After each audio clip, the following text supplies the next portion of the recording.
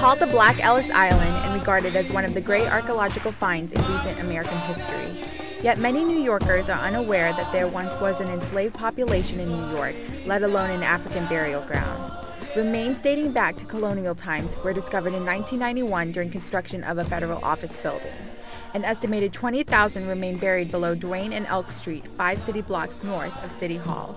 A team of archaeologists did test excavations. It was known by May of 1991, because of those test excavations, that hundreds of burials would be found. Chris Moore is a historian and research coordinator at the Schoenberg Library for Research in Black Culture, and he explains how a city could be built on top of a cemetery. If you do any land purchasing in New York City, you have to do a title search. So any building, any property that would have been developed on that area would have, in their search, found a map from 1755, which indicates quite clearly that there was a Negro burial ground at the location. It is a convenient amnesia. When the story first broke on October 9th, 1991, all the newspapers in Manhattan did the story. But within a week, I can remember trying to tell them some more stories, but editors would say, we did that story. While the site was designated as a National Historic Landmark in 1993, 16 years passed before a monument was built. During that time, the African descendant community of New York fought the government for proper recognition and care of the remains. I went down to the cemetery and asked the federal officials, have they found anything? Because I'd heard that there was a cemetery there. And I asked archaeologists, both federal officials and archaeologists said, well, we really don't know. And as I was leaving the site, a couple of workmen pulled me aside and said, do you want to know if we're finding bones? We're taking truckloads of bones out of here. So in terms of the forthrightness of the federal government, it was dashed for me when the workmen told me that they were taking bones out. Adunia Shupa has been involved with the African burial ground since the beginning, advocating for the descendant community's right to the remains. It was so much decisions being made around our African ancestors without our input. So we have to constantly voice that these are the people that belong to us, not to nobody else.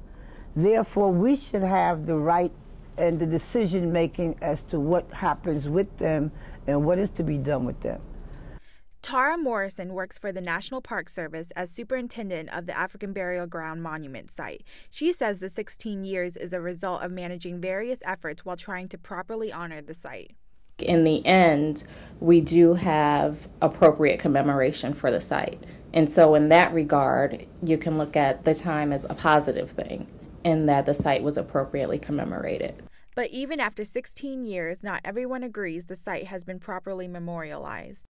It's just a piece of granite down there saying nothing. What does it tell you about the history? How would you know about the history of the African by that piece of monstrosity, is what I call it out there? What does it tell you? It's a memorial. It's not a textbook. It's not a museum. Textbooks and museums are needed, but monuments are so necessary. If one thing we've learned about humanity the past few thousand years is monuments are helpful in a very real way. And those who are not memorialized are simply forgotten. So I would just advise those who are dissatisfied with the monument, they should be dissatisfied because we need more. But the monument itself is simply spectacular. Rodney Leon is the architect of the monument and wanted to design it for both personal and professional reasons, but most importantly because he didn't want to see something of this magnitude go unrecognized. There was the tragedy of people being constantly passing by this site for such a long time and not understanding the contributions of the people that were buried at this site and how they played such an integral role in that during the colonial era, and acknowledge those contributions in any serious way and understand the fact that people are walking on also like sacred ground. With the inauguration of the monument on October 5th, 2007, public education has now become the primary focus. It's only a matter of time before the burial ground becomes as recognized a symbol as the Statue of Liberty. It's, interesting to me, the visitors who come in and who will say, I didn't know anything about this site, or I didn't know slavery existed in New York. So that's an opportunity to begin to engage people. And with the opening of the memorial, it's evident now when people pass by the street who know nothing about it. They see this structure And again, that draws them in to say, what is this? Why is this here?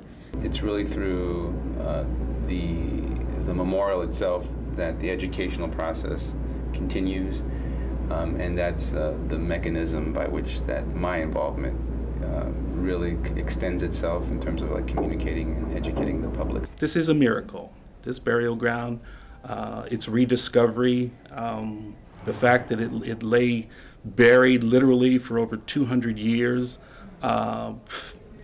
unknown in the in historic literature, fairly unknown today. 17 years ago, it was a parking lot, but by 1993, it was a city landmark. Then it became a National Historic Landmark, and today it is a National Monument Memorial on the same par as the Statue of Liberty. There is no higher designation than the African Burial Ground. It's only going to become more and more. It's going to become better known over time. But 16 years to go from parking lot to national monument, it's a snap. Well, it's our collective responsibility. So the day you learn about the site, it's then your responsibility to pass that message on. And then we can all continue to work together to educate the public.